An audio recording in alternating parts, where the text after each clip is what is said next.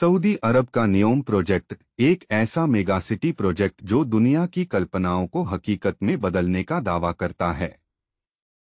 2017 में जब इस प्रोजेक्ट की घोषणा हुई तो इसे भविष्य का शहर कहा गया, लेकिन आज इस प्रोजेक्ट पर उठ रहे सवाल इससे कहीं बड़े हैं।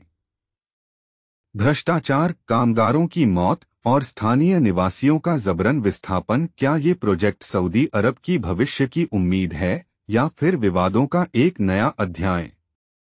नियोम सऊदी अरब के वेस्टर्न ताबुक प्रांत में बन रहा एक विशाल शहर जिसका क्षेत्रफल है 26,500 वर्ग किलोमीटर।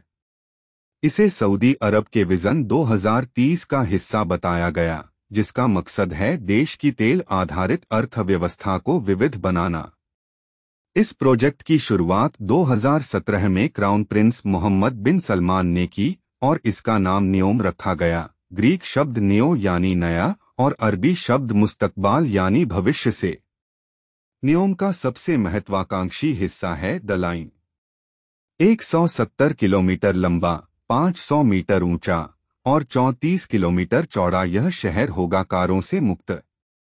इस शहर में 95% ऊर्जा अक्षय स्रोतों से आएगी और इसके डिजाइन को मिरर्ड सिटी कहा गया है, जहां ऊंची इमारतें और प्रकृति के बीच का संतुलन एक नई दुनिया की ओर इशारा करता है। इसके अलावा ऑक्सैगॉन नामक अष्टकोणीय औद्योगिक शहर और ट्रोजेना नामक पहाड़ी क्षेत्र भी नियोम का हिस्सा हैं। ट्रोजेना 2029 में एशियन विंटर गेम्स की मेजबानी करेगा और यहां स्की रिसॉर्ट भी होंगे। लेकिन इतने बड़े पैमाने पर निर्माण के बावजूद नियोम प्रोजेक्ट अपनी आलोचनाओं से घिरा हुआ है। बीबीसी और अन्य रिपोर्ट्स के मुताबिक नियोम प्रोजेक्ट के लिए ताबुक क्षेत्र के स्थानीय हुवैत जनजातियों को जबरन उनके घरों से निकाला जा रहा है। 2020 में सुरक्षा बलों द्वारा इस विस्थापन का विरोध करने वालों पर कड़ी कार्रवाई की गई और 2023 में संयुक्त राष्ट्र ने सऊदी सरकार पर मानवाधिकार हनन के आरोप लगाए। रिपोर्ट्स में यह भी सामने आया कि जो लोग इस विस्थापन का विरोध कर रहे थे उन्हें फांसी तक दे दी गई।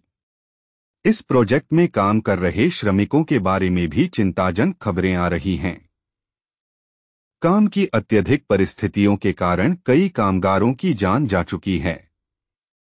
इसके साथ ही काम करने की जगह पर भ्रष्टाचार और अनुचित व्यवहार की घटनाएं भी सामने आई हैं। नियोम की भव्यता को एक तकनीकी स्वर्ग बताया जा रहा है। यहाँ के शहर पूरी तरह से स्मार्ट होंगे जो रियल टाइम डेटा से संचालित होंगे। पर आलोचक यह भी कह रहे हैं कि इस टेक्नोलॉजी से लोगों की प्राइवेसी खतरे में पड़ सकती है। यह प्रोजेक्ट एक अत्यधिक निगरानी वाली जगह बनने की ओर इशारा करता है। ब्लूमबर्ग के अनुसार नियोम प्रोजेक्ट को पूरा करने में बड़े पैमाने पर देरी हो रही है। जहां 2030 तक यहां 9 मिलियन लोगों को बसाने की योजना थी, अब अधिकारियों का मानना है कि सिर्फ 3 लाख लोग यहां रह पाएंगे। इसके साथ ही द लाइन का सिर्फ 1.4 किलोमीटर हिस्सा 2030 तक पूरा होने की उम्मीद है। तो क्या नियोम सऊदी अरब के भविष्य का नया अध्याय लिखेगा या यह प्रोजेक्ट अपने वादों में ही उलझ जाएगा? भ्रष्टाचार, मानवाधिकारों के हनन और विशाल खर्च की वजह से यह प्रोजेक्ट एक नए विवाद की ओर इशारा कर रहा है।